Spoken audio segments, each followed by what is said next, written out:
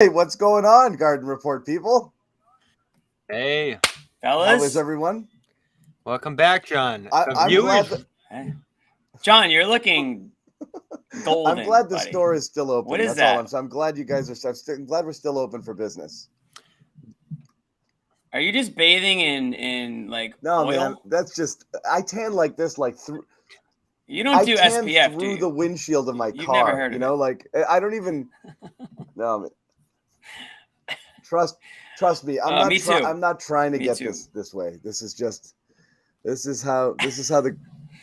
I'm over here melting. Yeah, I'm putting SPF cream cheese on. This is every, how the every Greeks day. do it. I love Bobby in Vegas with the cream cheese on. Oh yeah, I had it. Bucket hat was on very tight. It was dangerous out there. I walked by a guy with like tomato red face, and I was like, "That can't be me." Bobby lived. Yep. Yeah, Bobby lived. It was a fun week out there. Yeah. Lots to talk about. Viewers were excited, John. I didn't know if they tune in or be intrigued by this team, but we had a lot of interest in this summer league team and what was going on out there. Of course, headlined by our friend below, Jaylen Brown. It's crack, man. I'm telling you. Some people are just that addicted to the Celtics, I'm definitely encouraged by the interest. I think it's great.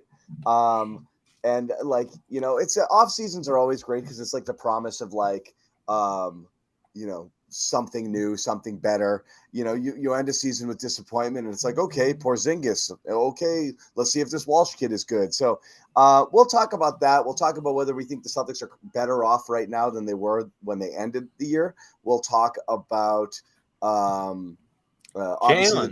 We'll talk about summer league stuff. Yeah, summer league. He ain't talking about you. He ain't talking about you. Summer league musings from Bobby, who was down there, and I want to know the clubs you went to, Bobby. We'll talk about Grant. Yeah. And we'll talk about all of it, but we're going to start with Jaylen, who is somewhere in Europe. Yeah, I believe so. You don't know where? I haven't seen him posting out there, so I don't know if he's there yet, but I didn't hear exact country. I mean, Europe's pretty... Is he in Serbia or is he in England? I don't know. Yeah, we'll also talk about FanDuel, America's #1 sports book. You can sign up there. We'll talk about Factor Meals, everything's #1. We only deal with #1. America's #1 ready to eat meal kit. I got my Factor kit. That was some good stuff. Yeah, and we will talk about AG1, America's #1 nutritional supplement. Those are the sponsors of the Garden Report. But let's get into Jaylen Brown and you know me. All right, John, let me set you up here. I want to work my way into it. I don't want to go nuclear right off the top. But you asked me, I think you asked me actually, is this just going to be open and close, boom, July 1st, done? I said, yeah. I said, it's 300. What's there to talk about? What's there to discuss? What's there to quibble over? And we are 18 days later and not even close to a resolution. There's been reassurance at every turn. Every week it feels like it's going to get done. Summer League was supposed to be, once they were there, they were going to sit down and wrap it up. And now it's on pause. I tweeted a couple of days ago, and of course I got massive blowback. This is officially weird, and it's been weird. And I don't know how you can't agree with that. So what was your reaction, John, when you saw that it didn't go through and then it just never did? So again, the second it didn't go through right away, you knew that there was something. It doesn't mean what's happening. This is the problem with how this is going to go. You're going to have the everything is all right crowd in one, in one bucket. Then anybody who says anything else is going to be viewed as a doomer. This isn't a doomer take. This should have been turnkey. These things are easy. We've seen how many other people have signed these extensions already. It's here's what I can pay you. I love it. Thank you. Done. And you sign and you're done. All the deals are the same. 5 years with a player option in the last one. There's really no hang up here unless there's something that doesn't make sense. And either the Celtics are trying to convince Jaylen to not take the max instead of 35% of the cap, 30, 31%, whatever that is. We've seen that happen in some instances before. I think Clay, there's a couple others. And then there's the only other thing is Jaylen's willingness, so you wonder like which of the things is holding it up because You don't even need Jimmy, an agent in the NBA. Huh?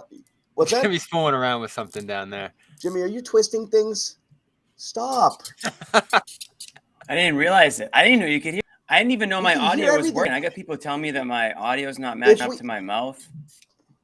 If we had Timmy Bottle Caps here producing, he'd be all over your shit right now. So come on. Yeah, I know. All right. Back on your train of thought. Go. Nothing. I mean, so we're all here for you, John. Go. It's weird, right? We don't know why it's weird, and it's weird. And it still might end up getting done, and all of the nothing to see here crowd will be like, see? But it doesn't mean it was fine all along. It just means... You can't go to Europe? What? Oh, he can't take a trip to Europe? Works for the NBPA. Yeah. On the other side of you can't go to Europe is the crowd that's saying, like, why isn't he just sitting at home learning how to dribble? You know, like... less swimming at the bottom of the ocean and more dribbling his way through Prague right now. Yeah, that's fine. If he's gonna go to Europe, fine. But I want to see him dribbling the entire time. On like cobblestones too. Yeah, with the ball taking weird bounces, and you got to learn to control European dribbling is a whole different animal. Yeah, that's a good place to do that out there.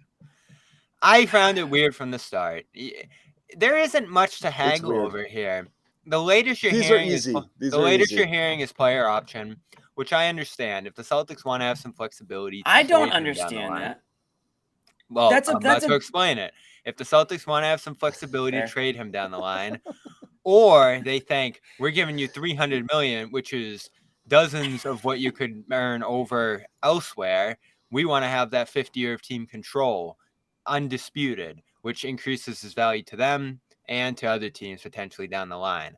And I think from Brown's perspective, he's trying to block against there being value in him being traded, which includes a trade kicker, which isn't a huge deal, but might be something that gives him something closer to a no trade down the line, or the 5th-year player option, which say the Celtics trade him a year or two into the deal, really gives that new team 1-2 years of control. So I think that's probably the most likely answer here, John, right? Is that Brown's trying to protect against being traded in this deal, and the Celtics are trying to maintain flexibility to do so. What can he do, though? Hold on. We've learned now that some of the reports out there about what Brown could be asking for, he can't ask for. Right. So the no-trade clause can't be done now. He can't get an option in the middle of a deal. All he can get is what everyone gets on these deals, which is that 5th-year player option. And that's very standard. Like, that's not a big thing. Unless the Celtics are fighting like hell to say, like, nah, man, if I'm going to 295, like, we get that option. Like, I don't know. That's what I'm hearing right now. So if that's the thing, and the Celtics want that option that normally goes to the player, or the players are accustomed to getting, or the players really want, fine. That would be fine as a sticking point, because ultimately you still assume it gets done, right? Because not getting done makes no sense for either side. And that's why I think all of the reporting is the way it is, Jaylen Brown, it's like I joked on Twitter, has flown to Mars, but he'll be back in a few years, but we still think the deal's getting done. Like, everyone still thinks the deal's getting done is because it should get done. Like, it's dumb for both sides not to get done. Yet here we are. So that's like the part of the reporting that I wish we got more of. Like, even though sure they might come to terms on an agreement at some point, what's the real hang up? And what are both sides feeling about negotiations? Is there a little tension? What's the real hang up here? I don't think the 5th-year option is that big of a deal. Everybody gets it. He can't get a no trade clause, so I highly doubt he's going to come off of a player option on top of that. And I think the Celtics, if the money is right, they'll say, yeah, fine, take the player option. Bobby, I think the trade kicker might be a little bit of a big deal, because if there is a situation someday where Jaylen Brown does want to be traded and does ask to be traded, the trade kicker is going to prevent the Celtics from trading him to a lot of teams with this new salary cap situation here. Yeah, it's in effect like a no trade clause. So you really can't. It's a no trade clause that he can't waive, because there's actually. Well, isn't that interesting though? Because, you can waive it, because you can. Yeah. There's one world in which, some people believe Brown doesn't love Boston and doesn't necessarily want to be here, but the money's going to be too good to pass up. And then there's another where we're sitting here talking about how he wants security to ensure that he doesn't get traded. Those two things run a little bit counter to each other. Well, sort of. Not wanting to get traded is control. controlling your destination. Yeah. Right. Mm-hmm. So what you don't want to do is sign. So, I mean, that, and Brown's a smart man. You can just pull a Damian Lillard. Brown's a smart guy. He knows that signing this deal vastly increases the likelihood he gets traded rather than decreases. You know, like I don't know about that, John. If he doesn't sign a deal, don't you think he's getting traded? I'm saying signing a deal kind of means you probably don't get to pick where you play, because the Celtics, I think, are very likely going to look to shop him in a year. At some point. You know? Oh, in a year? Okay. In a year, 2 years, if things don't work, that's immediately where you turn. Let me see what I can get for this guy, and let's reload and start over. He knows it, which means he's going to have to spend the last 3 years or 2 years of a deal wherever the hell the Celtics send him without any protection. I get that, not getting to pick your choice. That's what I think it has to be. But that's more the price so you pay for $50 million a year. And I think that's the Celtics' perspective is you're buying into this contract with the potential to possibly be moved down the line. Now, I don't think the Celtics right now are looking at this and saying, let's set ourselves up to move Brown down the line. But they did build themselves some leverage here by trading for Porzingis, by signing him to a relatively team-friendly deal over the next 2 years here, having 2 stars in position in case Brown did need a move down the line. So I think that's what this all stems back to. Like, this to me, John, reeks of distrust on both sides. And we've heard from Brown's side the distrust and the hangover from last summer and what happened there. But I also think the Celtics are setting themselves up right here to potentially have flexibility to move him if they need to. And you almost look at both sides right now and just say, just get it done. It's not that hard. Like, whatever needs to be done, get it done and move past this, because that was the... It might be hard, Bobby. They're obviously, so doesn't it? But Jimmy, if Brown looked at, they don't want to give him the max. Brown looked at it and said, "This is where I want to be long term. Love it here." Boom, he gets a player option and he gets the supermax deal that everybody gets, and it's all great. And if the Celtics looked at it and said, "We're committed to this guy. There's no chance we move him. Give him that reassurance."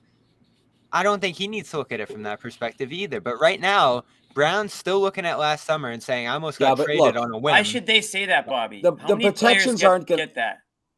Yeah. The protections aren't going to happen. He thinks he should be treated like that. You don't think Tatum will be treated like that when the time comes? What's he get? What's like, you have to look at it from his perspective. He's right to think all those things. But what's his alternative? Not sign and then ride it into free agency. And that's the leverage the Celtics have right now.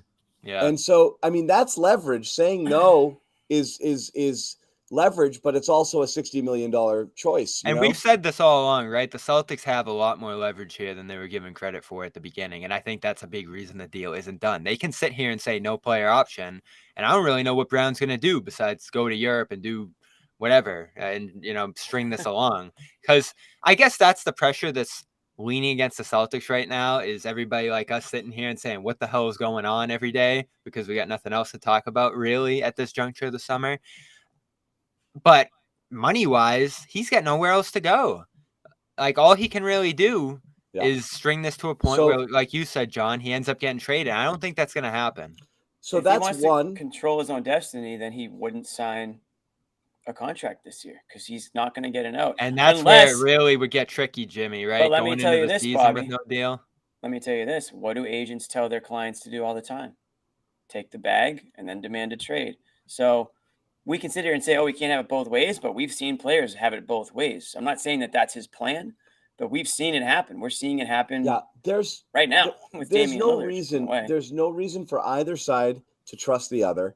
The Celtics have no idea what Jaylen's true intentions are. They have no idea what he would do if he went to free agency and whether he would return because he likes it here, even if they could give him the most amount of money. And this Jaylen has no reason to believe, none whatsoever, that the Celtics would be, that Brad, when he gets out there and just throws these flowery bouquets his way, like, we love Jaylen, we want him to be here. Like, he knows it's proven to be bullshit.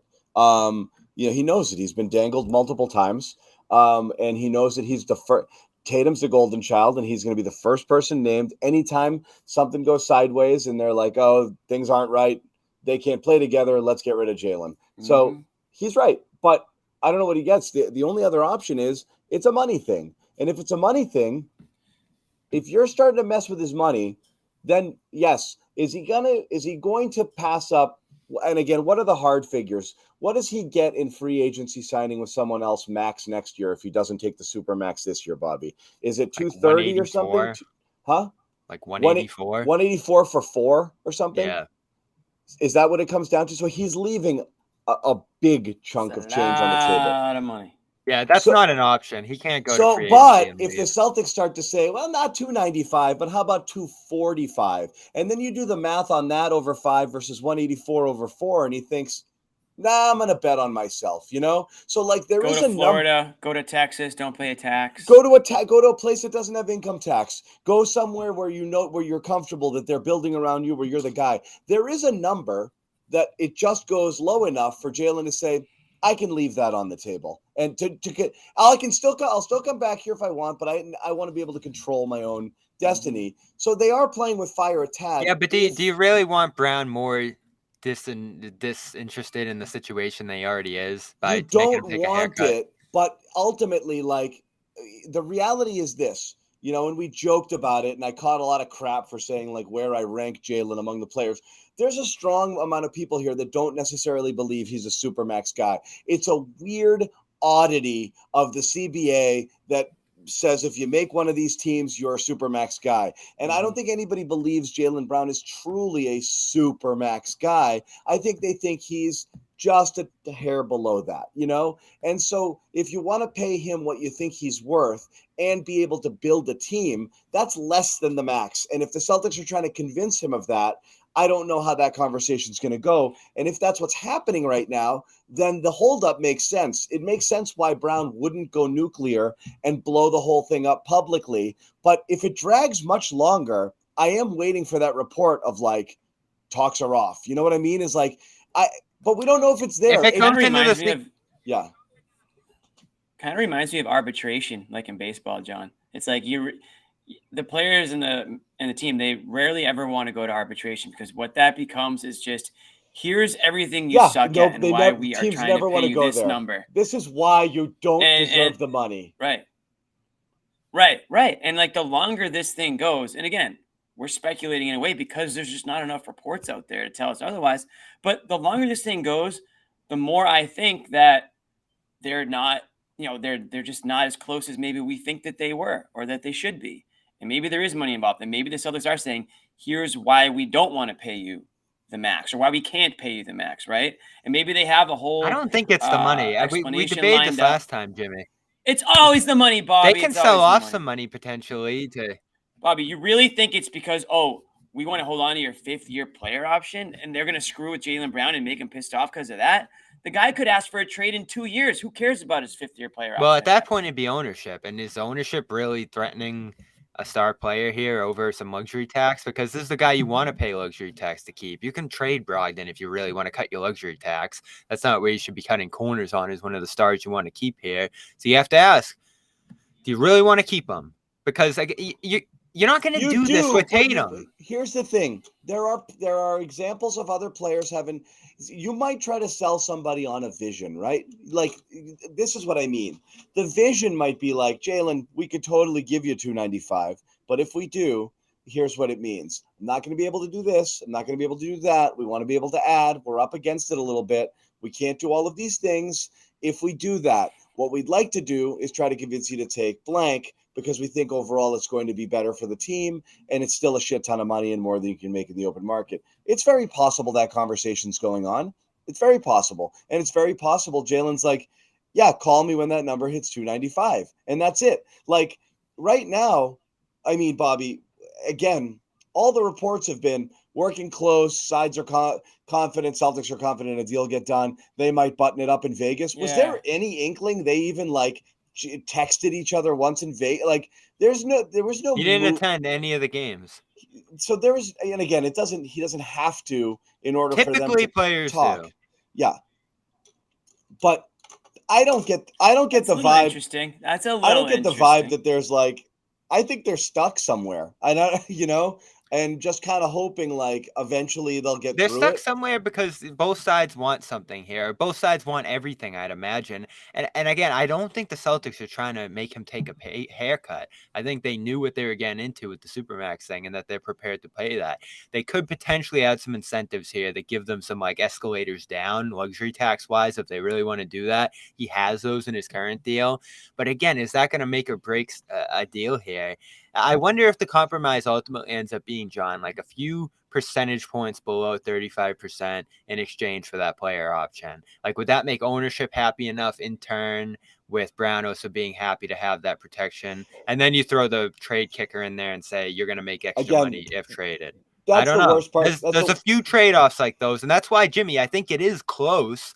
Like, it's not like they're sitting at 240 and he's at 290. I don't think that's the reality of this. But here's the thing. What if they're at 275? We don't know, though. I don't think. What does that gain you? I don't know. I'm just throwing it up there. It's lower. I don't know. Less. It's lower, yeah, but it doesn't gain you much. $20 million, $5 million less a year. So, look.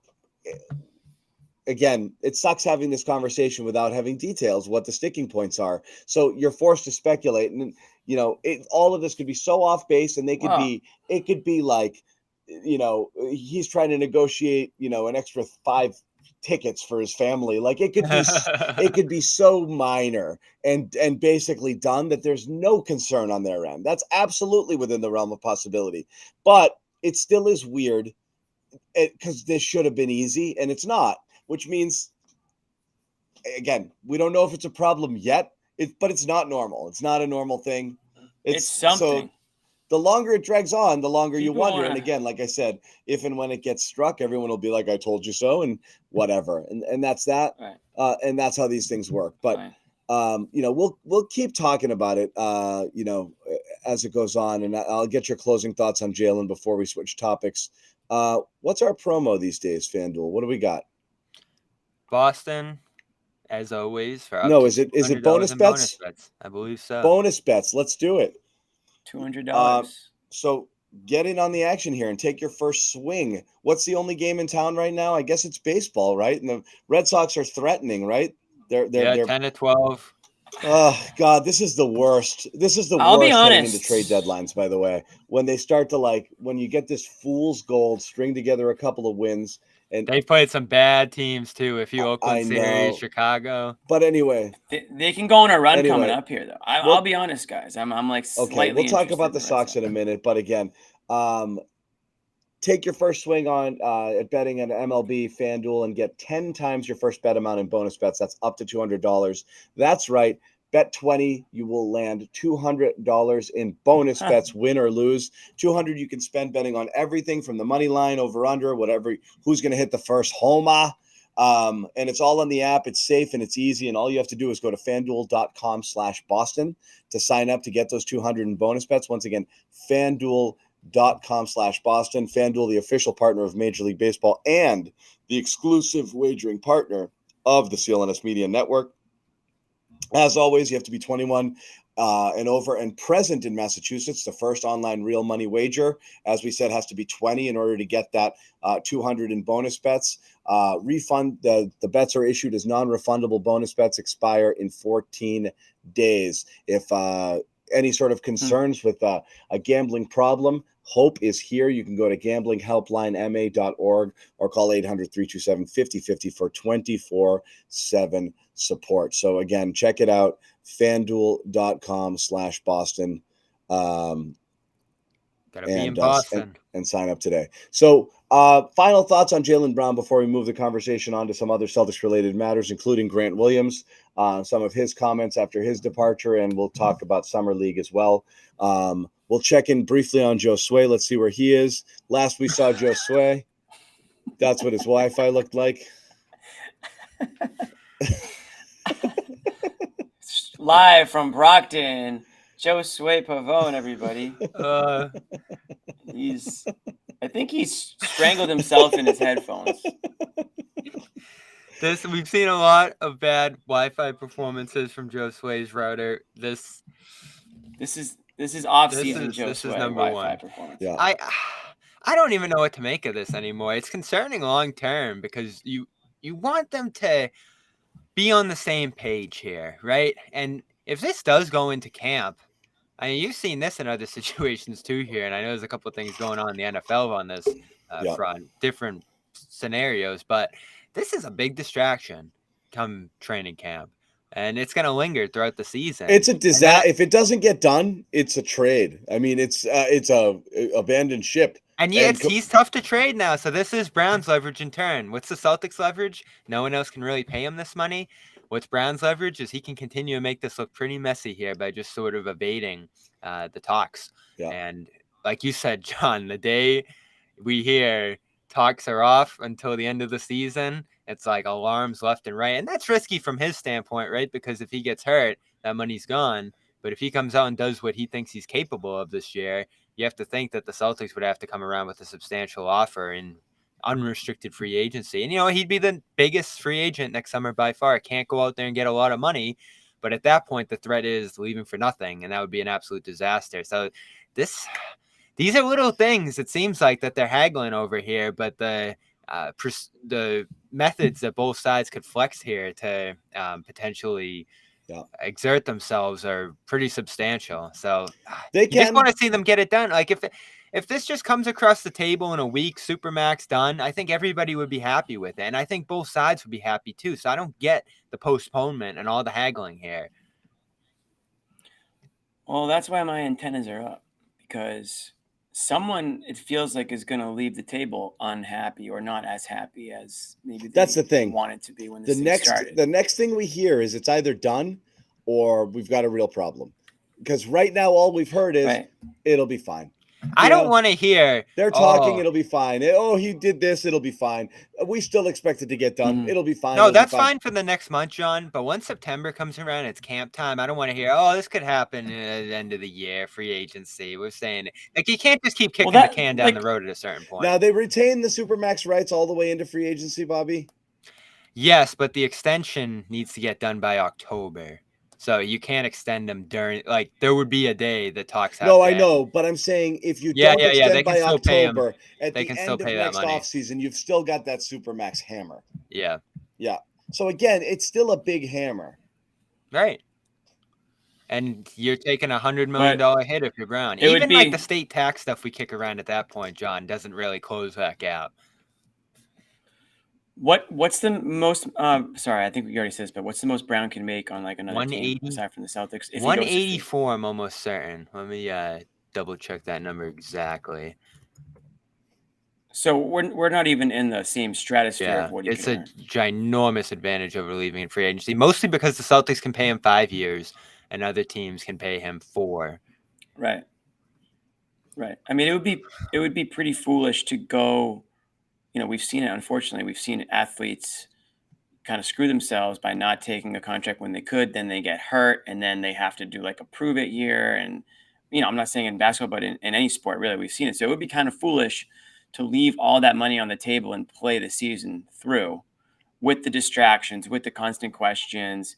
Going to visiting arenas and I guess maybe being courted in a sense by opposing teams' fans. Rumors coming out. I don't think that would be good for the Celtics or Jaylen Brown in that scenario. I would still be shocked I wouldn't be shocked, but I would be surprised if they can't come to some sort of agreement. Right, again, Jaylen Brown's going to make a lot of money. Player option, something like that. Or player option, no trade kicker, like whatever it is. Like, I think the player option is pretty standard. So I would be surprised not to get that. It's got to come down to money right now. And again, the Celtics have leverage with money because Jaylen Brown can't get anywhere near what the Celtics can offer them. And if they don't think he's a Supermax player, it's a tough business decision to make because you've got to trying to weigh the pros and the cons of giving somebody you think might not be worth the money, but also the damage control involved in not coming to a deal or having to trade him and potentially torpedoing a championship season that you can have coming up here. So there's a lot of pros and cons, and I think that's all being discussed internally right now. Honestly, Jaylen Brown has, his negotiating tactics. The Celtics have theirs, but someone's going to have to blink. It's true, but here's the thing. Right now, it's a 60 per year, right?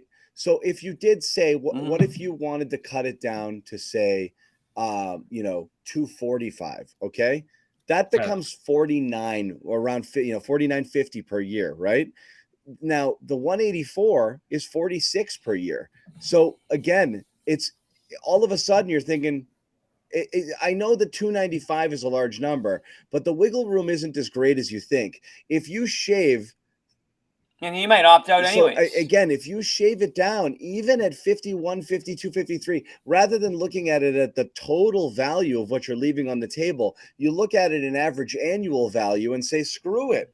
I'm taking 46 to play where I want to play versus 51 over here. And again, 51 would be 255 million over 5. There's a $5 million difference per year.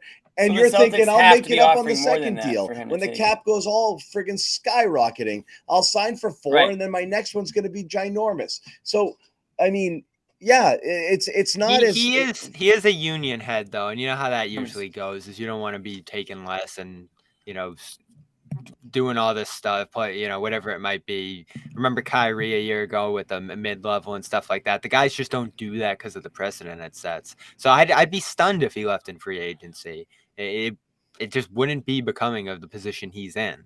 And I don't think it'd be a good move for him personally, given the cap space that's out there now. There's not a lot of it. You just saw what Grant had to kind of maneuver to get 54 million, never mind 184. So I think this gets done. I just do. And I do, like, as much as we look at all the, malcontent statements he makes at certain times, I do think he's committed to this. Like, I think he's been in communication. I think they've had talks, and I think there's certain things he's holding out over here.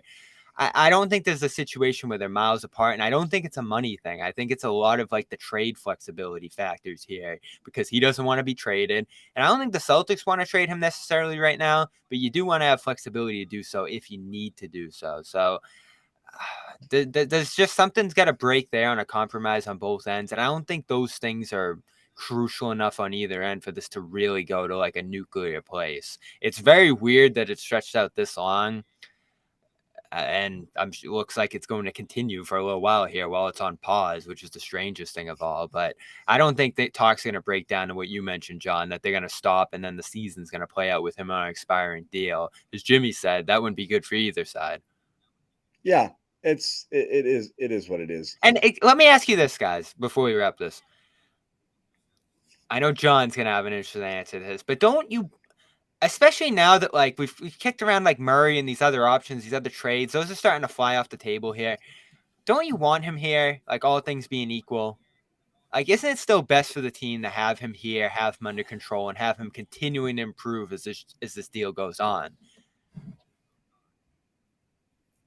Like, there aren't great alternatives. As opposed to Lillard? Sorry, one more time. Like we kicked around Lillard. Don't you want Jaylen Brown here, John? Don't you just want him here? What? All the other alternatives. Lillard. Multiple. Jaylen Brown versus Lillard? No, I want Lillard. So you want to go out there and dude, I wanted to do the Simon Scoot trade. Like, I mean, who are you talking to here? That's what I'm saying. So we know where you're coming from on this. You don't even want him on the team going forward. It's not want him. I believe his stats and soon to be his contract are beyond what his actual contribution on the court is. I just don't think he's that guy. I think he is what he is. I think he's a really good, talented finisher. And that's it. That's it. And it's hard. It's a hard thing to do. We've been over this a million times before. It's not insulting to say Jaylen Brown is really good at the hardest thing to do in basketball. He really is. But I don't know that he does much else. And I think you can get something that might help your team more and have more money and more flexibility to go in other directions. Or you could have traded potentially for a KD or a Lillard legit top 5-10 superstar. Hey, you know what I want to do. And had done that. I would have done either of those things. But now you're in a position where you're paying him like a top 10, top 15 player. And I don't believe you're getting that return anymore. That's it. It's not personal. It just, That's kind of where I'm at. I just don't think he belongs. He's going to be the highest paid player in the league, and I know it's just going to be temporary, but I just don't think he's anywhere near where he should be in that sense. And so, how does that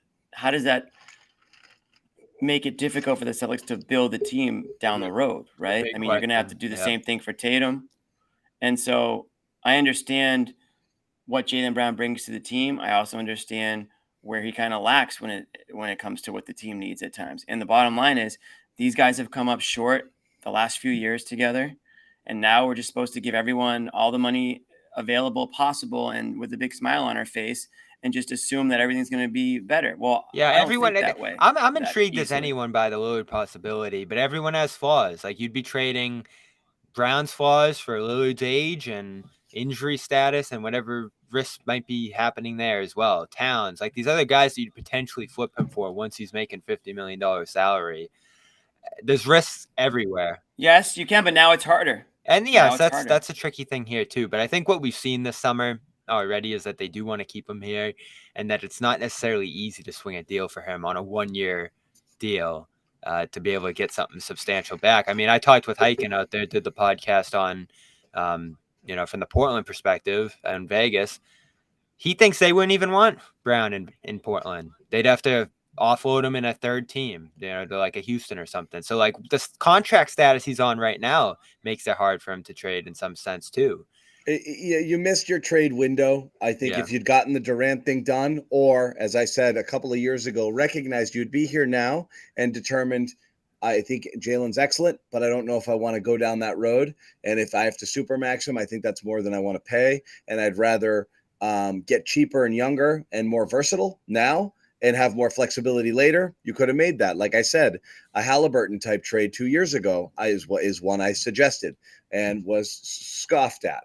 But regardless, one like that, one with a Murray package, and it doesn't matter. Those were the options. You trade him as a star and get Mikal Bridges picks and another player, or you trade him to get the star. Instead, you have him and he is your star, whether or not you believe that he truly is, and you're paying him like one is the highest paid player in the league. And that's that. And I have questions too about how this big three is going to play together in terms of who has the ball and who's sacrificing in that sense. That's another layer of potential. Don't call it. I hate that. Three. It's whatever you want to call it. The best 3 players on the team. Is that it's a bigger three than one when we were trying to shoehorn Marcus in there. Let's at least say that. Yeah. Wow. We'll see. Come on, John. He's barely. He's still in the city, I think. I miss Marcus. I really do. Yet. For most of my Marcus criticism was really just pushing back on people that were trying to overestimate what he actually was, rather than just appreciating it, which was, a guy who loved playing here and a guy who left it all on the floor and a guy who was like good with the media, who was just a likable dude, and like loved being a Celtic. Like I miss that already. I really do miss like having guys who want to be here. Right. It feels like everybody's a mercenary on this team right now. Yeah, and you lost another one, I think, in Grant Williams. You did in Grant. I wanted your reaction to that, John. We kicked it around, the sign and trade, 3 seconds coming back, one of them being a swap. He goes out and gets $54 million, not quite 20 a year, but he got into the teens in the end with Dallas and ended up on a really good team with a starting role. Yeah, I got no problem with trading Marcus the player, but I miss Marcus the guy already. I really do. I agree. And I think they're going to miss, like you said, they're going to miss the fact that he embraced the city, the organization. He did play tough. I think they lost some toughness with him and Grant. That's one of my big concerns actually about this team. Are we transitioning into like Grant trade? So I was going to transition a little bit into Grant, and just to put a bow on it. Like I think the crap, where is it? Sorry, I was looking for my stuff. I think like the Porzingis trade naturally sealed Grant's fate, and we all kind of knew it, right? That signified that it was done, especially when you knew you were extending him. There was kind of that money, right? That's kind of where we're at with it. Yeah, but it started a long time ago with the benching in February, really, is the beginning of the end of his time here. And even back to last summer with Gallinari, this team never seemed to want to keep Grant. And his role got phased out during the year, which I thought was strange the whole way through. Disappeared in the playoffs, despite when he got those stints, played well in them, and Brogdon gets hurt. He's suddenly back in the rotation. I thought he played decently in the East Finals.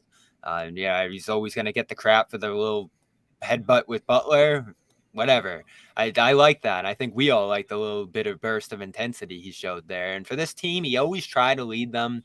Always tried to instill himself, maybe a little bit too much in some ways. And I'm sure Dallas fans are already alarmed by some of his comments about being a ball handler and being a guy who sets up others for this Mavericks team, which I wouldn't love hearing if he was coming in the door here. But I thought he was just a rock solid player for this team, and they're losing him for couple seconds when they could have kept him at this price. This is the price that was kicking around in training camp that they seem to want to keep him at. And I know things change and you get Porzingis and it's a different dynamic in the front court now. Horford's back for 2 years. But just like Marcus and everything you said they're going to be losing with him, John, I think you lose a little bit of that here too. And it was put to me in an interesting way. The two most physically imposing players on this team are gone. Like Porzingis, like he does some things that are nice. He's not really a physically imposing guy. No, you're right. They're not. There's no. White There's too. no beef. You can argue White's a better defender than Smart if you want to, but he's not a more physical defender. He can't guard fours. He can't guard five. So you lost something here in these two guys. There's no beef at all. I want to ask this question, though, and I think this ties a little bit into Brown. I want your guys' reaction. I'm going to play back a clip from Brad Stevens during the Porzingis press conference before the Grant Williams stuff was decided, when people were asking, what does this mean for, the team trying to build and trying to spend now that you've spent all this money? And here's what Brad said then. I mean, we're really lucky. We've got the green light, right?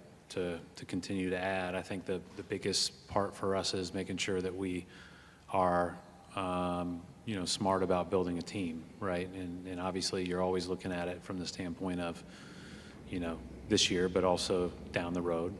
But I do think that, again, we're fortunate that, we were deep into the tax last year. We'll, be into it this year and have the green light to continue to do it. So it's just so weird to me that Brad's the GM. So it is. So again, this is why, and so this is weird. a lesson for people out there. Anytime they're going to be like, but Brad said, like, nothing matters. Okay. Like, they have the green light, but they have to be smart. That means literally nothing. It doesn't need to be spoken. Like, we will spend money if it's worth it. Okay.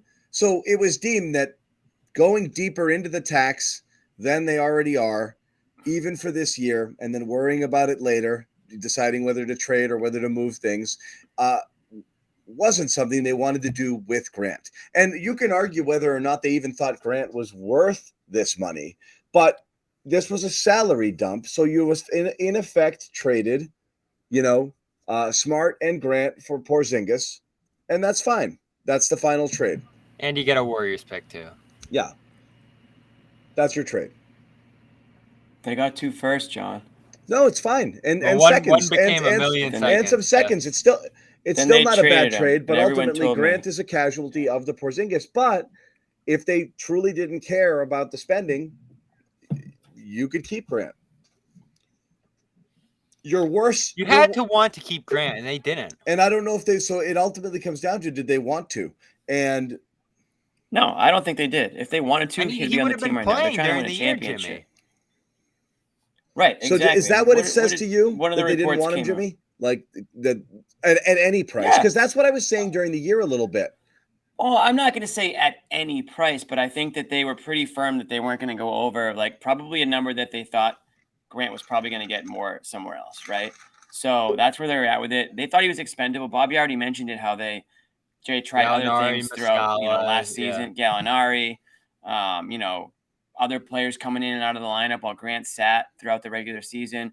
We know that he kind of pouted, I guess, when he sat in the bench, and that led to him being benched more. So there was definitely a rift there between player and we probably know some of the reports that came out were from Grant's mouth, I think, at this point, right, throughout the season.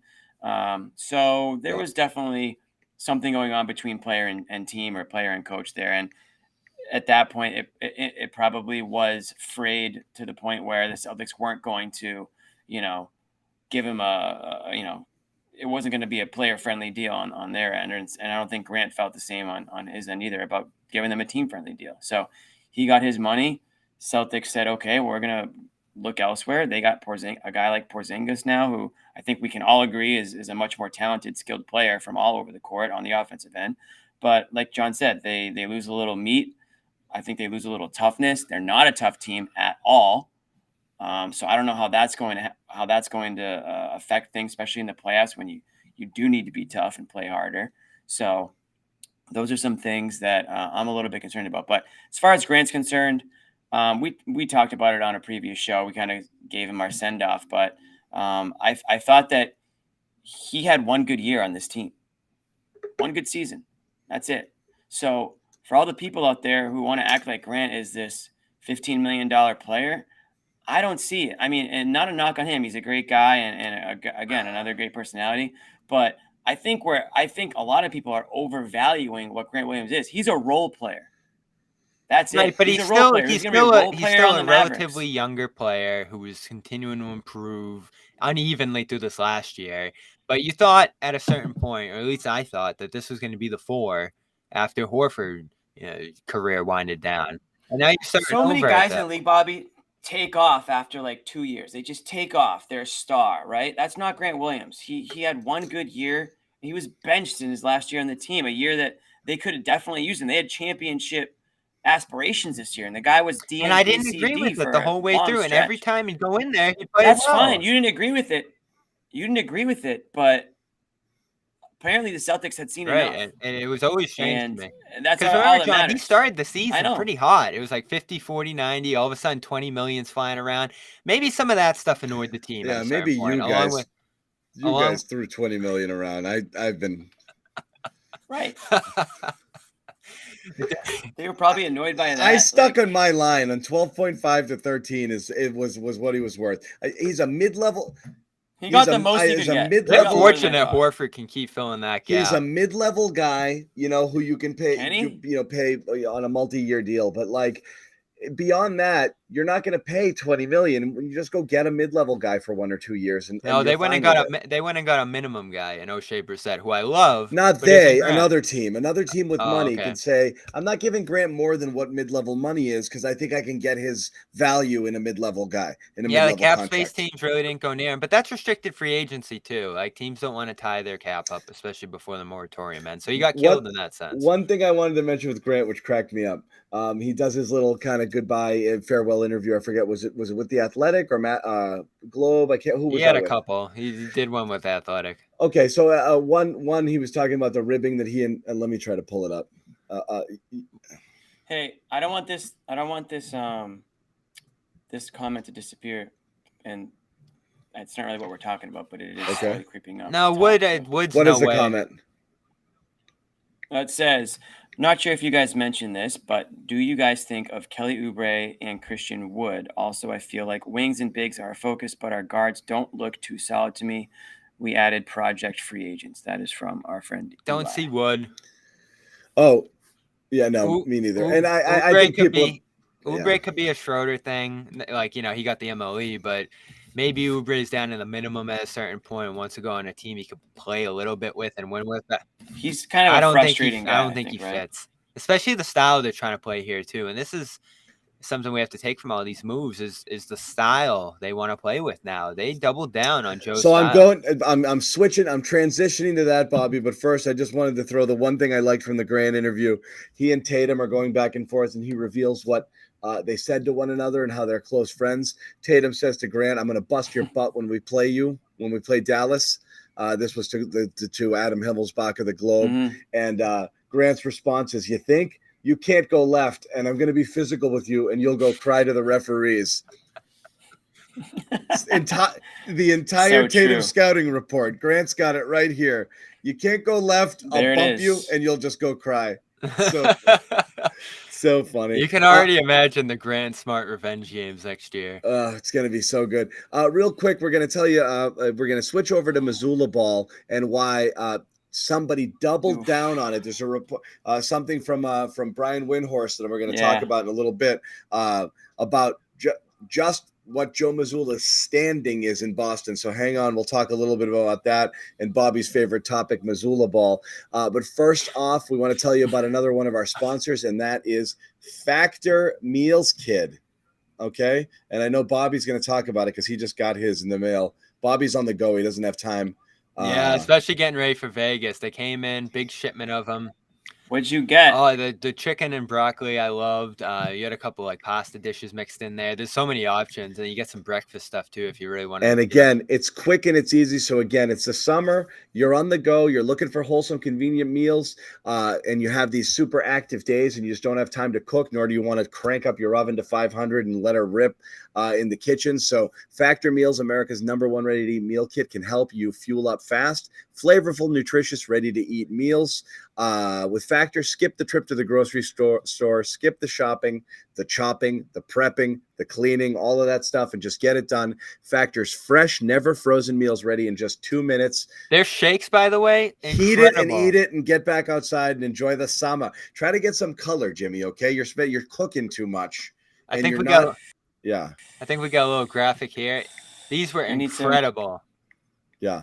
These blew me away. The smoothies, the shakes. Yeah, that's good stuff. Calorie conscious things, 550 calories per serving. If you want that, elevate eating at home with new upscale surf and turf meal options, roasted garlic, filet mignon, and shrimp, Cajun spice shrimp, salmon, all good stuff. Huh? Yeah, you can get some filet in here. So again, rest assured you're making a sustainable choice. They offset 100% of their delivery emissions to your door, 100% renewable electricity for their production sites and offices. Just another thing to throw in there. So again, head to factormeals.com/garden50. Use that code garden50. Get 50% off your first box. It's worth it just for that. Just try it out. See if you like it. 50% off that first box. Terrific deal. Terrific meal. Skip the cooking and take care of it with Factor Meals. Once again, that's factormeals.com/garden50 for 50% off your first box. Now, did want to talk about the Mazzulla stuff. And one of the things was a report from Brian Windhorst talking about Mazzulla ball potentially being here to stay. And he was on his podcast on ESPN. And here's what, some people in the offseason, Bobby probably being at the head of the line and me being not too far after, really thought hanging on to Joe might not be the right thing to do. I think you accept that you did it.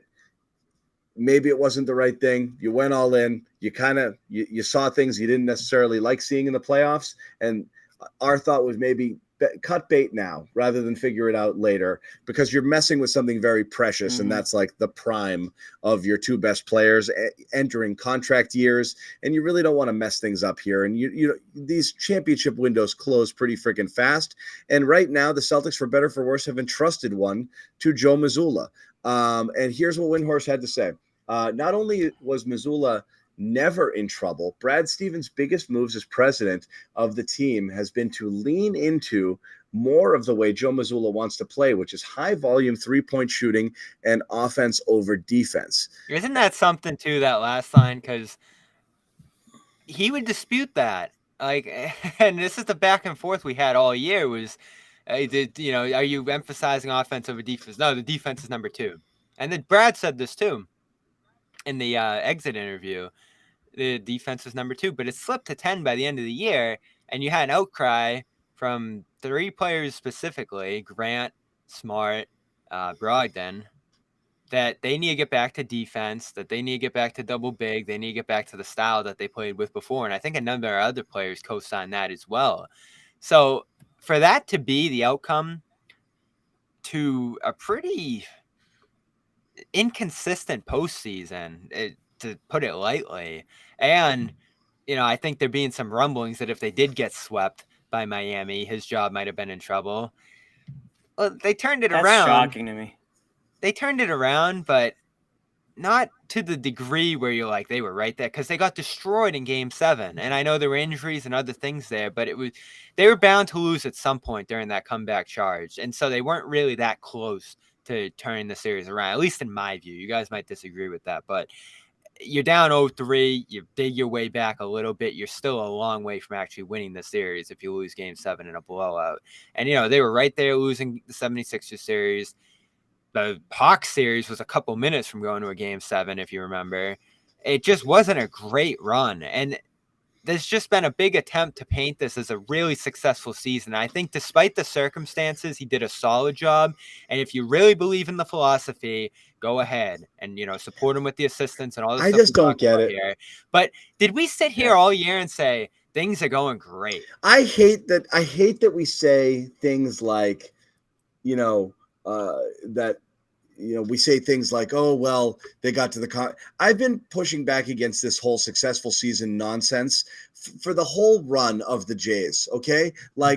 Because I mean, you went way longer than you should have with an Atlanta team. You got pushed to the brink by Philly that started a series with their best player playing on one leg. And, you almost lost that one. Then you lose to an inferior Miami Heat team and really got outclassed in that series. It was pretty bad. If you played Miami in Game 3, if you played Miami first, do you and you go one and done? Is Mazzulla the coach? The owners in the locker room unloading, telling him to stop playing like what?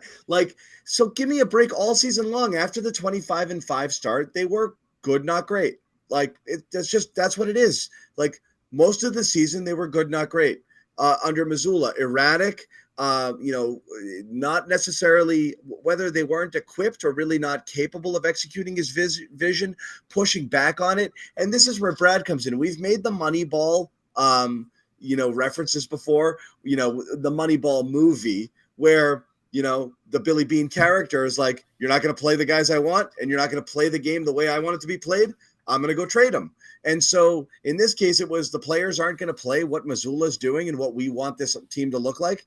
I'm going to trade him. I'm not saying Grant and Smart were those guys, but he wants to bring in guys or he wants to run the team the way he wants to run that team.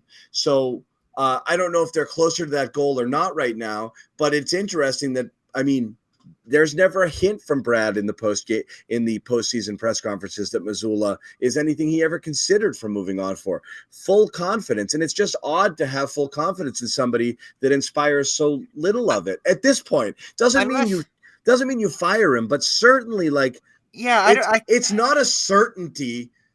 You might have faith in his abilities as coach, but you cannot be certain he's going to be able to execute at this level. It's a hard friggin' job.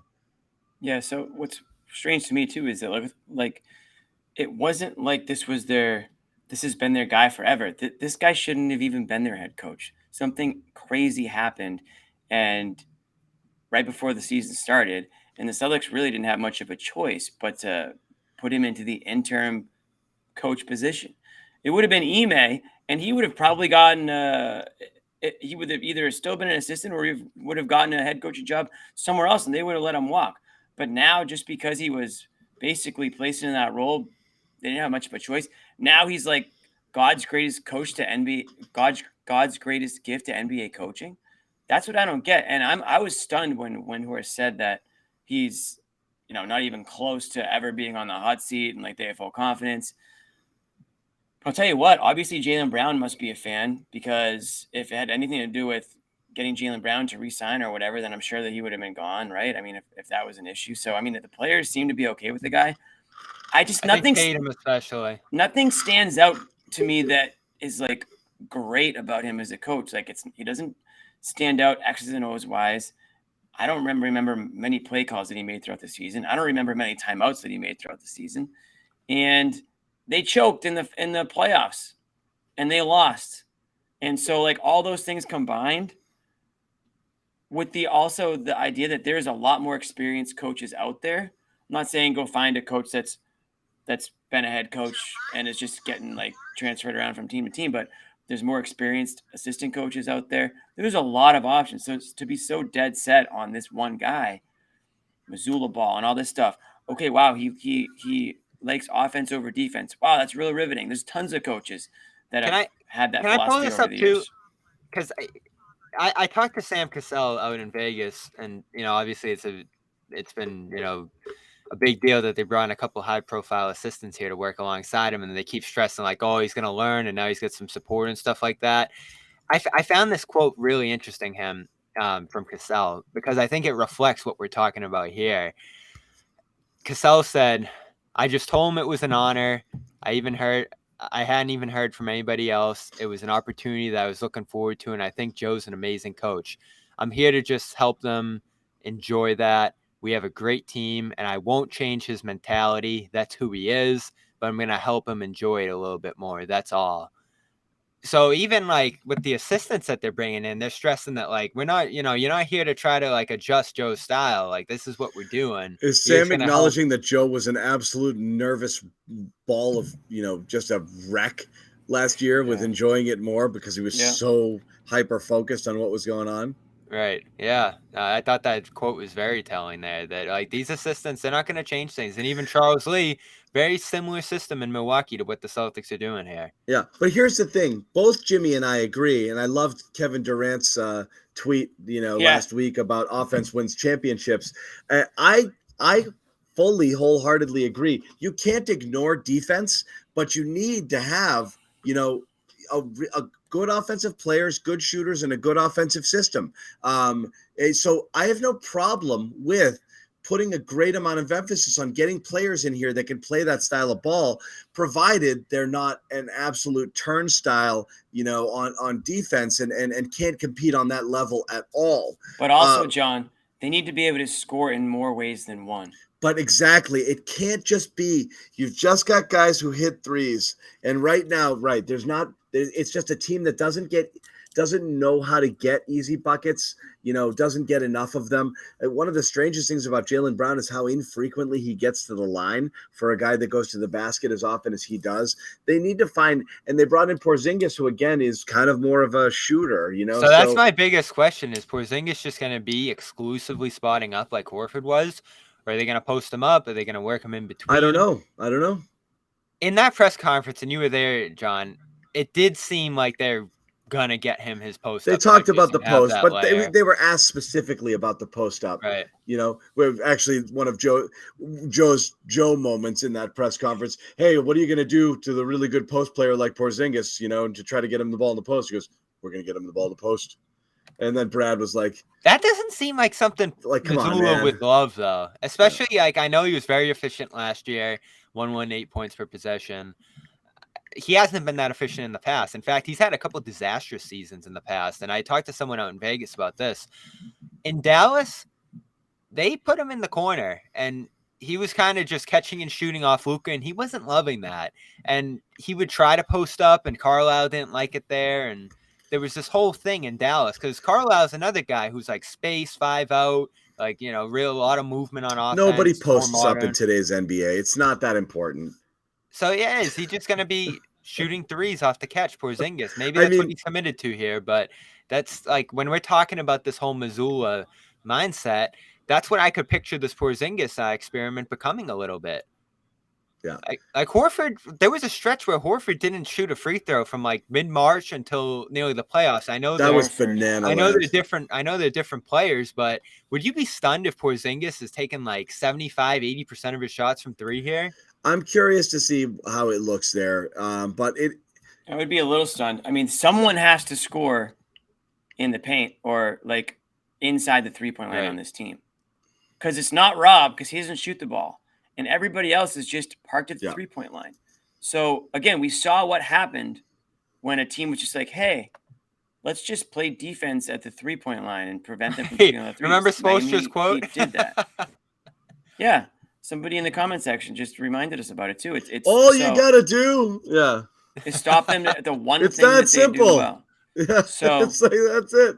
So it would be pretty foolish, Bobby, if they just run it back with the same, Well, this is what worries me. Games. And again, like, I like Joe. Like, I do think he can get better. And if they really, really believe in this, and you guys do too, the offense thing, I get it. And there were signs at the beginning of the season. Like, you talked about Jimmy. What did he do? Like, did he even add to this group? When they were 21-5, I thought a lot of the things he was doing were solving issues from the previous year. But that didn't continue. And teams adjusted, and they took that stuff away. And he really didn't have answers for it. They just kept doing the same stuff. And it like even got dumbed down, I thought, a little bit into the playoffs in terms of like ways they were moving and all that. And some of the new players are going to require a little bit of integration in different ways too. Like O'Shea Brissett, I don't love him taking exclusively 3-pointers. Like he's a cutter and all that. So they got to adjust here. And you know what? I will say, John, Porzingis being here does adjust things a little bit if they are going to utilize the post. Going back to double big is a little bit of an adjustment away from what they did last year. And they talked about that at the press conference too. So I don't think they're just running back what Mazzulla did a year ago. Like I do think they're fine tuning it here, but I got to see it first. I really do. Yeah. Yeah. Well, we'll see what happens there. We are still going to talk a little bit. We're going to get Bobby's quick whip take on Summer League and whether Celtics rookie. And again, I was dubious, 2nd round pick. I figured, you're riding the JD Davison Express back and forth to Maine, not making any contributions, but we are going to get Bobby's opinion on the Summer League team. We're going to check in briefly with Joe Swape, but nope.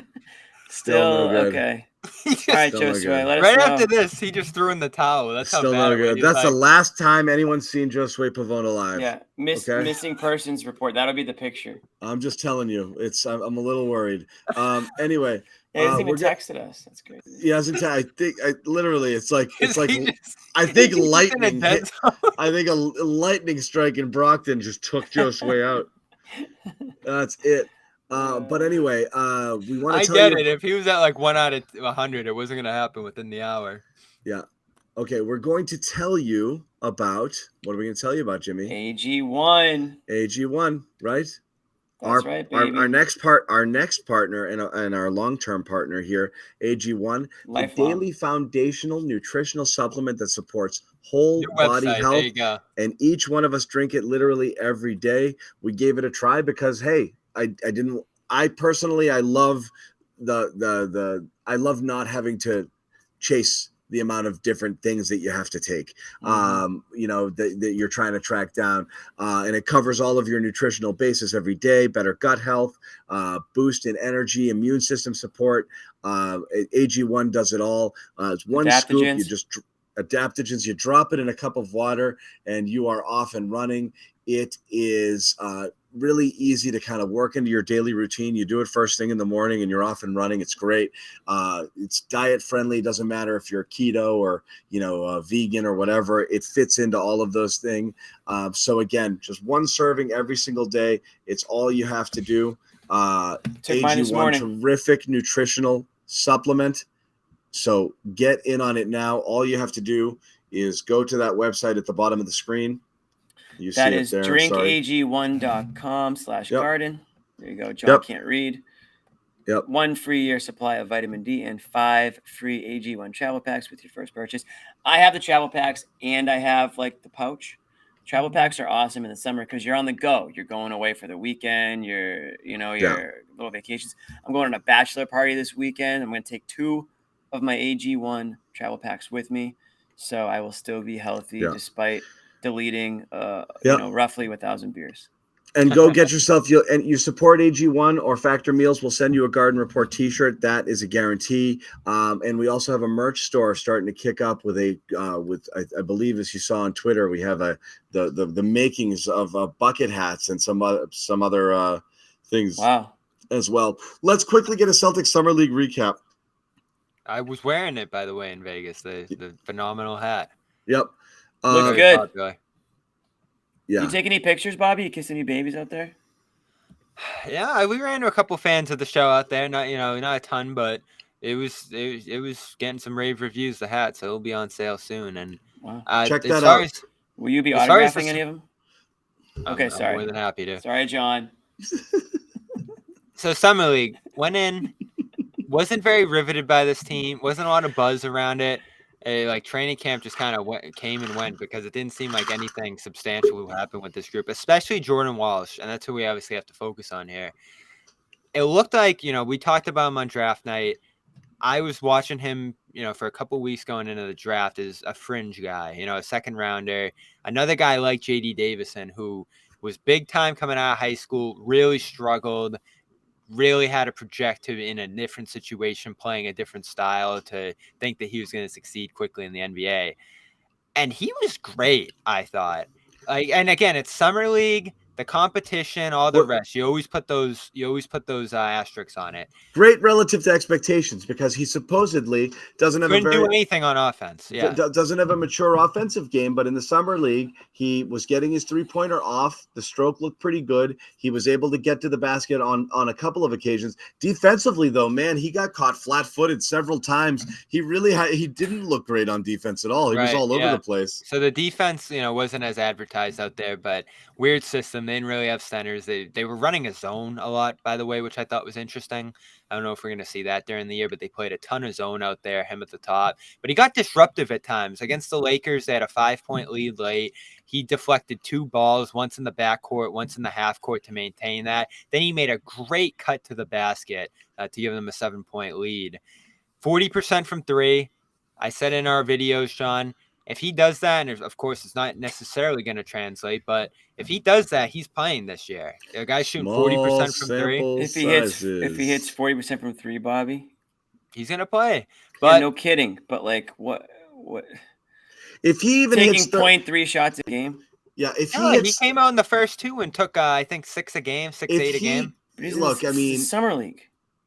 Yeah, if he's not an abysmal shooter, he can find his way on the court. Because if he's going to get minutes, when the ball rotates over to him, he has to be able to do something with it. You can't be a 0 on offense. So for sure, if he can play, but that's provided he can play defense at the NBA level. He looked not great on defense, so he's got to button that up first. Somebody who can play NBA level defense just has to shoot okay to find his way on the court. I mean, Semi Ojeleye freaking played, and he wasn't an outstanding defender either. I mean, he's about as bad as a player as who could play significant minutes on a decent team, and he did. So if Semi is the bar, can Jordan Walsh get there? Sure. And if he does get there, that's actually a success for a 2nd-round pick. If he's a little better than that, that's even better. But, if you have a guy who can come in and actually defend wings and knock down a couple of threes and he's an okay 3-and-D guy, yeah, that's a massive home run with pick 38. But I don't know. You think, you think there's a path to minutes for him this year? I do. I think, there's a need at that position this year where if he plays great, I don't think he's going to be stashed in Maine all year. I don't think he's J.D. Davison. And, the draft pick reflects that. He went in the 30s, not the 40s and 50s here. This is a guy who probably should have been a first-round pick given the year he had last year. He wasn't. So, listen, he's 19. He needs to mature physically and within the NBA scheme. So I'm not expecting him to be a major part of this team this year, but the reason they drafted him, John, is he shot really well in the workouts. That translated to summer league. Now let's see if it translates to preseason and the regular season, because that's the name of the game, especially for this team. If he can get threes up, be confident with it, and hit them, that's a great sign. And so this is all I'm saying is that given what the expectations were coming into summer league, I think he overall exceeded them well and looked pretty confident out there doing it. I think he's going to find some playing time, but I'm not going to get super hyped up about it. A 2nd-round pick guy to find a bunch of minutes that early on. Let's put it this way, Bobby. If you're contending for an NBA championship and your 2nd-round pick is getting significant minutes, something's wrong. Something's wrong with your roster construction. So it would be nice if he could contribute end of the rotation, get his feet wet a little bit. I do think he'll have a bigger role than J.D. Davidson because I do think he can play. I think Davidson was really bad out there, by the way. Yeah. So Davidson's my next question. There's a tough picture floating around about Davidson on the internet. You guys saw that one? Yeah. Let that one slide. Who was the first pick from the Nets trade? Was it James Young? Yes. Oh boy. I can't remember. Everybody if it was him drink. or not. It was, yeah. No. I can't remember if it's him who I'm thinking of, but there was one Celtics player who, basically, in their 2nd or 3rd year in the league, showed up to summer league and looked worse than they did before, and that was basically it. Him. Yeah. Whether it was Young or it might be someone else I'm thinking of, but Davison I can't imagine they played Summer League 3 Davison looked worse than he did last year, and in Summer And League, that's bad. You should be able to. A year two guys should really be dominating at this level. They really should, because they should just be able to get what they want a little bit more frequently. You've played the speed of the NBA game, or at least you've been around it, and it's different, so it's not a shock to you. Like, Davison looked brutal. Like, I wonder if we never see him again. I already don't think there was a lot of momentum for him. And again, I don't Madar. Yam's gone. Yam and Joe Sway are somewhere together right now. I still like Juhan there in France, but oh God, I bet you do. No, Davison. Goodman never loved him, which again, I really put a lot of stock in what Goodman never loved. Who? Davison. Jaylen Brown. No, JD Davison. Oh yeah. So. Him too. So, yeah, I mean, he just came out in the first game and was throwing some wild turnovers around. He had a 10-11 turnover game at one point down there, and that was a little bit of an issue for him up in Maine last year. But I kept stressing this with people because people kept hyping him up as if he was going to have a role this year. He didn't play a minute last year. A minute. For a real minute for last year's team. And they had some nights where, guards were he played off. some scrub time. Yeah, but he never played a real minute for this team last year. And so he didn't play Cornette minutes. Cornette was out there. Those are real minutes. Those are real minutes. Those are real minutes. So I don't have great faith in his future here, especially with Banton in here. Banton looked okay. What about Scrub? Scrub looked awesome, and I said after a certain point, tough name. Brad's never gonna let another undrafted free agent go, anymore. Right. He's just gonna sign them all. He's not gonna have another Spruce. Yeah.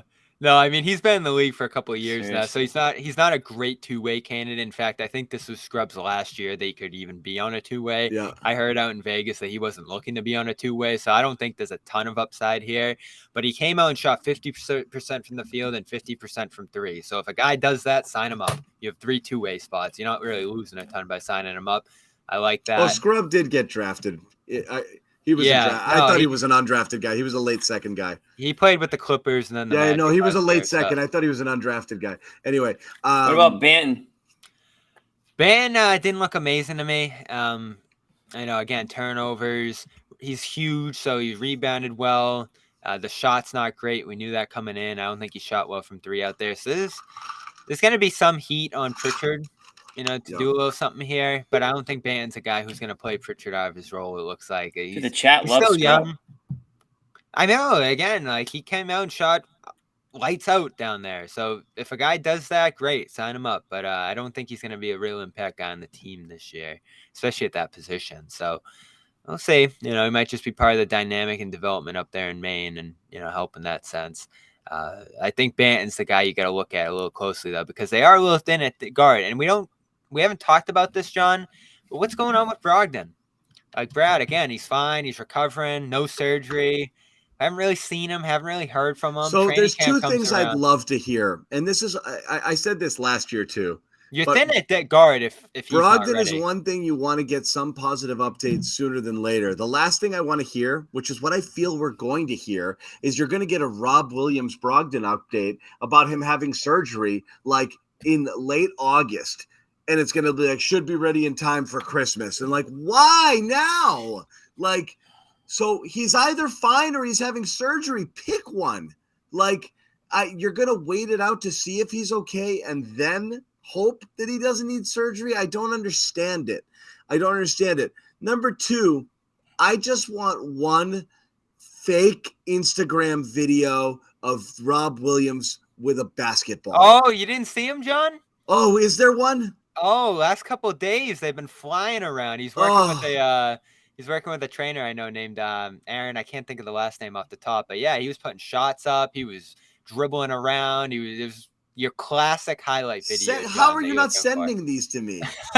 I thought you would have seen them. I didn't. No, I've been in a cave. I've been roasting under the sun for a couple of weeks, but no, I missed that. So I want that back. Hey, did you fall asleep at a Fish concert? Is that what happened? Or Grateful Dead? That's what it was. Grateful Dead. Yeah. No, I just this is how I roll. Yeah, we'll get those out to you, John. I'll do the Jimmy for now. Ahmed heard it. He sent it to me. Oh my God. Let me watch. Oh my God, Rob. Look at this guy. Wait, what? Let me see it. No, I'm watching it. I'm not gonna get copyrighted by putting someone else's content. Here's a Look at- still. We got. Oh we my got him up God. there. He just hit a lefty one-handed Oh, shot in the lane. Okay. Look at that. Looking svelte. This is better than any Ben Simmons video I've ever seen. I Wow. thought you would have been all over this, John. That's Look quite at the that. bar. He's got things flying around at him. Oh my God. This is so good. I did hear, by the way. So he's been in the. So Celtics. here's the thing. Rob stunk. I don't care about whether or not, like, oh, he hit jumpers in the video, he's going to hit jumpers during the year. I'm just glad he's playing basketball now, because like last year you wondered like what was going on. We never saw a video of him. Never at any point. And in fact, it was very clear that when he showed up, finally, he just showed up to work out in Waltham and they were like, in Brighton, and like a couple days in, he was like, "Oh man, my knee hurts," and they're like, "What?" Yeah, and so that's what happened. I finally. Who cares if it's again? Who cares if this highlight reel is against? I just care that he's 5'8" playing. white guys? I just Who care cares? that he's actually working on his game. That's the key. Because I don't think he's done any basketball related activity for the last couple off seasons. So any step forward you want to see him take on his game, he hasn't been able to do.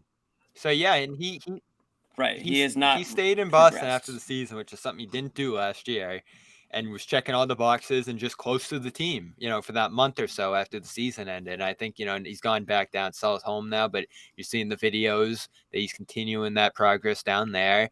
And again, like you said, John, the way you drew it up almost was exactly how it happened. Like it was like a full summer at home, just hanging out, showed up to camp, complained about the knee, boom, surgery. So it's a completely different summer this time around for Rob, which is very encouraging. Question I just have is what kind of role he's going to have on this roster. Like I think the plan probably is for him to start next to Porzingis, but I'm not certain of that. I just don't know how that fit's going to go on offense. Where one guy always needs to be in the middle of the floor, but they could be devastating defensively if they find a way to make it work. But if Rob, again, everyone knows the wild card with the health. Nobody thinks just because he's playing a little basketball in the offseason that he's going to be healthy. That's not the point. The point is entering camp in shape, because he hasn't been. I think he will. Either due to surgery or 2 years ago, just showing up overweight and not in basketball shape. It was obviously not done stuff. And going in the quote unquote lab, as the kids like to say, and actually working on some aspects of your game. So when you catch the ball, you actually might consider looking towards the basket and seeing what you might be able to do. He's the one, he and Jaylen are the two massive athletic edges they have on this team. He can't limit himself. He has to recognize that he can be a weapon in more ways than just a lob threat on the offensive glass. So he can do anything resembling half-court basketball that helps this team. Massive thing, but also just showing up in shape, so we don't have to say like, wow, it doesn't look like Rob can jump for the first 3 months of the year because he's working his way into shape. Right. That would be amazing. And just that's how you lose. Showing up and being able to jump out of the gym like he normally does would be great. What they need Rob more than ever, because they are so still extremely like thin at that position. Like, I don't know. They're not addressing it. They just traded Grant. I mean, you can say Porzingis is a bigger guy, but he doesn't play that style of basketball on the defensive end, obviously. So they need Rob to really be ready to go to start this year. They just do. Yeah.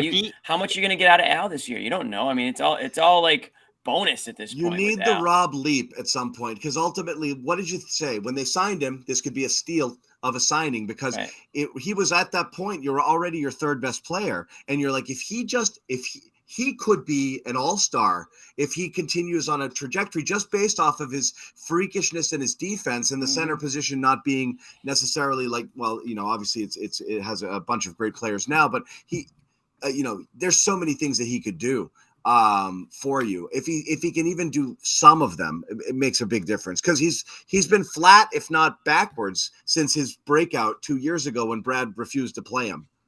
No, and there's going to be something of a competition for that fifth spot in the lineup. Like, I've advocated for Horford there because I just think it makes more sense. But if Rob comes in, as you said, John, improved, blowing everybody away, and a little more versatile, you could do some special things out there defensively, again, with Porzingis and Rob playing together, Rob playing that role he did a couple of years ago, and with White. But also, again, and if they start to look to Rob as somebody who they can work into their offense, as opposed to ignoring him, for entire stretches out there, is a guy who shoots 80% from the floor. Like, get him the ball occasionally. Yeah, last season was really bad. And again, they don't even look at him. They don't look at him. The amount of lob attempts that Brown and Tatum miss, because their heads down. Like, look for the friggin' guy. He's a threat. Yeah, I worried about the trade because it's over now. So. Yep, he did. I know, right? He was the one guy, and I'll still go back to that, but that's for another day. All right. He needs to have a huge year. He really does. I like it. Because last year was a step back, and it wasn't a completely lost season. But you go look at the reference page, Jimmy. He played 35 games.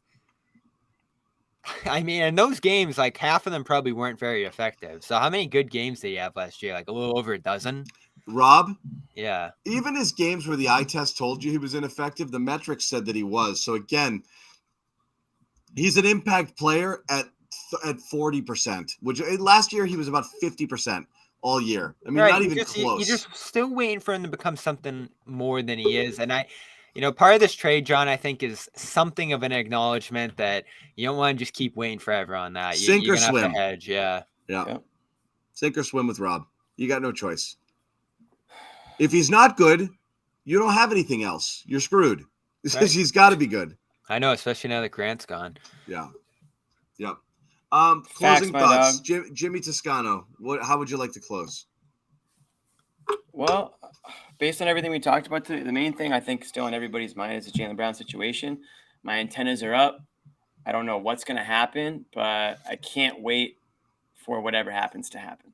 Just that's pretty much it. I mean, I think something's up. I still, if I was a betting man, I still believe that a deal gets done, but it's so typical that this is how the negotiation's gone. It's so typical of this relationship of this player, of this organization, that, in my opinion anyways, that this is where we're at right now. And it's stunning.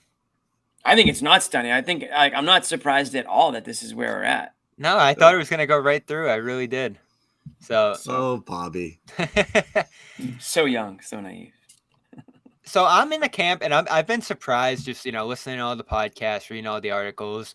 The consensus seems to be on this offseason for the Celtics that they've gotten worse, I've even heard Bontemps call them a loser among, offseason teams last night or whenever that Windhorse podcast came out. I think the pessimism on this group's going a little strong. I don't love it either. I'm probably leaning toward that camp. But the Porzingis deal, I think, is a pretty good calculated risk. They're better. I don't love it, but I get why they did it. And we all asked for things to shake up a little bit. I hate seeing Smart go. I think they lost a lot in him, and I think they're going to see that they lost more than they think they did there. But I get the risk, and I get that being the route you go to shake this up. So I'm not going to kill them for that. I don't like the Grant thing, but again, that's water under the bridge because I haven't liked that since February. So if they can find a way to piece together replacing his minutes and they continue to succeed in spite of that, so be it. I don't love it. I always like Grant here. I wish they could have made it work, but I lean not liking this offseason, but I'm not sitting here calling them one of the offseason's losers. I mean, you can probably name a dozen at least teams that had much worse offseasons than them. They actually had a pretty, if you're looking at it objectively, offseason that you can look at and say, this might go really well. Did Milwaukee have a good offseason? No. And did Philly have a good offseason? Hell no. I mean, there was some really Heat bad at this offseason. point have a good offseason. Obviously, if they get Dame, it changes. They lost a lot. Who of your competitors, They lost a ton. Who of your competitors got better? Even the Nuggets lost a key guy. But the Celtics got better. Guys, everyone's got to get over this Marcus Smart thing.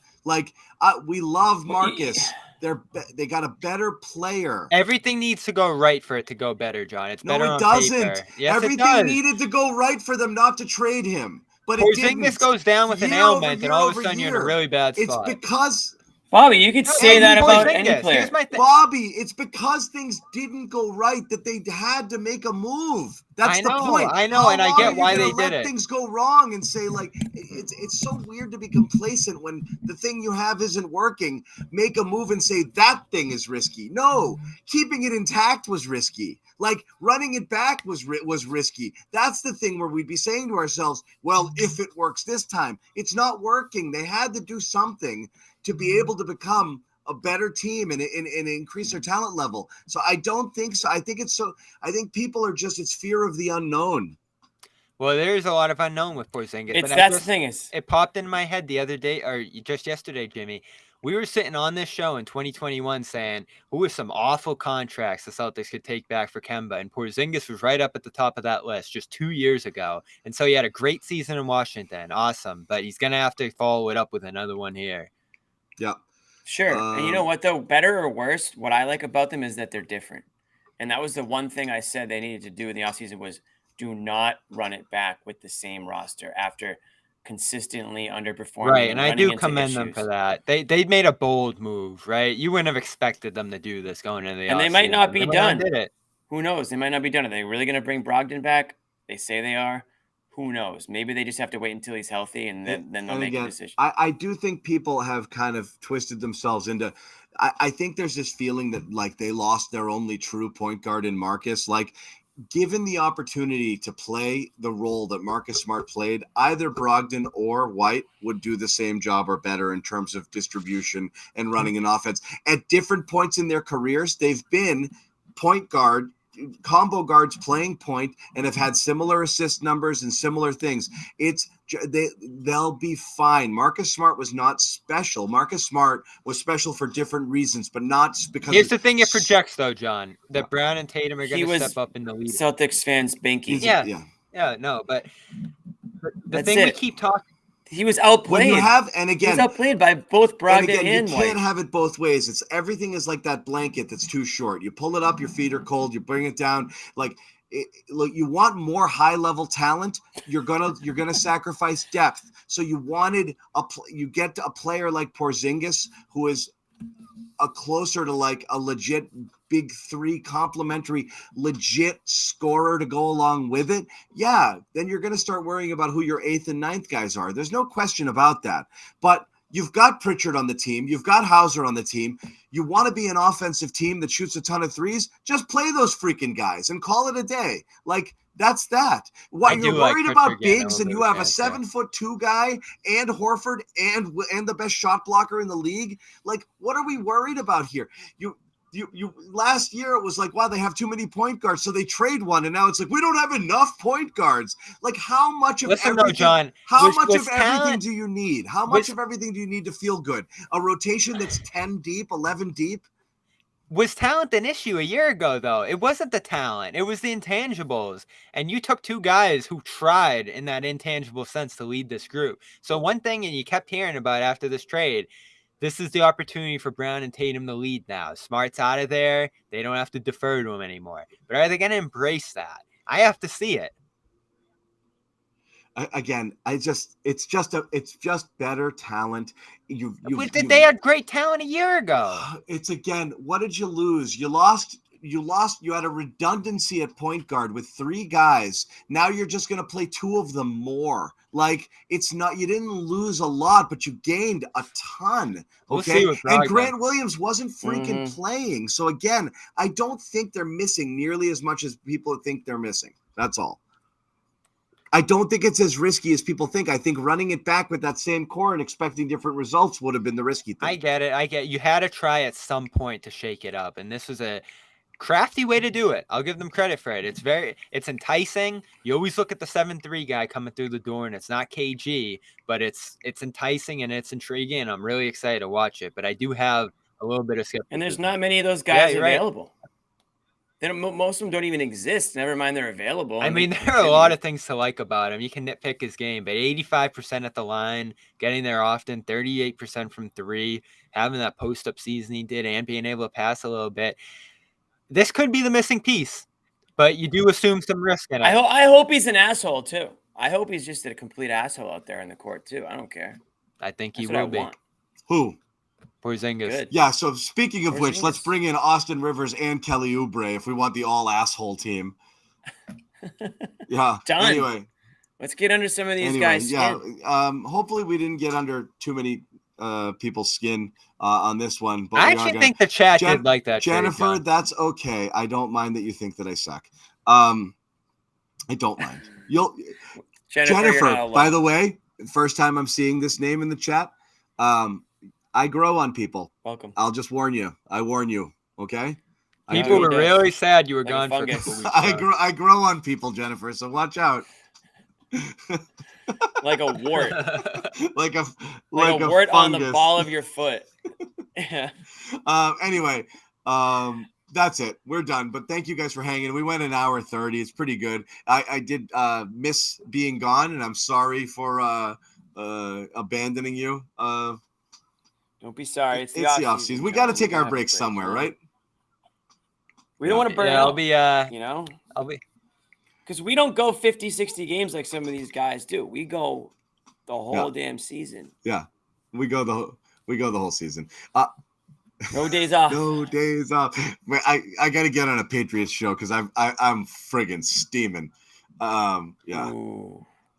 I am steaming. Oh man. Yeah. Not just about Hopkins, about all of it. I think it just came to a head. But anyway, thank you guys for hanging out. As we mentioned, as Jimmy kind of brought up, like we don't know where it's going to go. We one day we might just wake up and the Jaylen thing really goes sideways.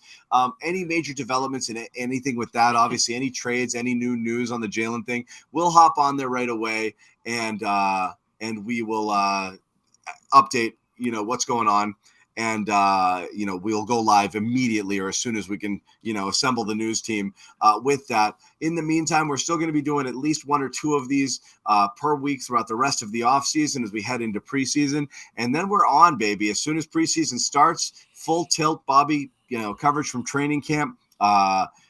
Season opening press conferences. Nothing will be like what it was last year. We'll have that. We'll be doing post-game shows from the preseason games, and then we're off and running for the next 82 plus. So we're not going anywhere. Thank you guys for hanging with us in the summer show here.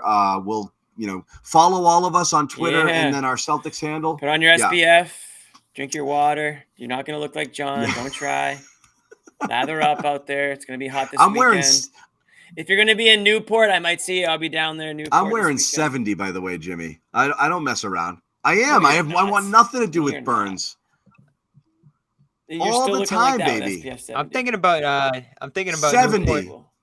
I'm putting cake frosting on my face when I walk outside. I'm thinking about Newport Jazz this summer, Jimmy. You been down there?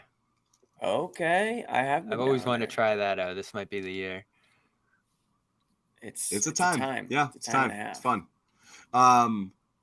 Newport is undefeated. It's the best town in New England, in my opinion. I've had. I would say I've had like 5 of my top 20 times in Newport. Okay. This is encouraging.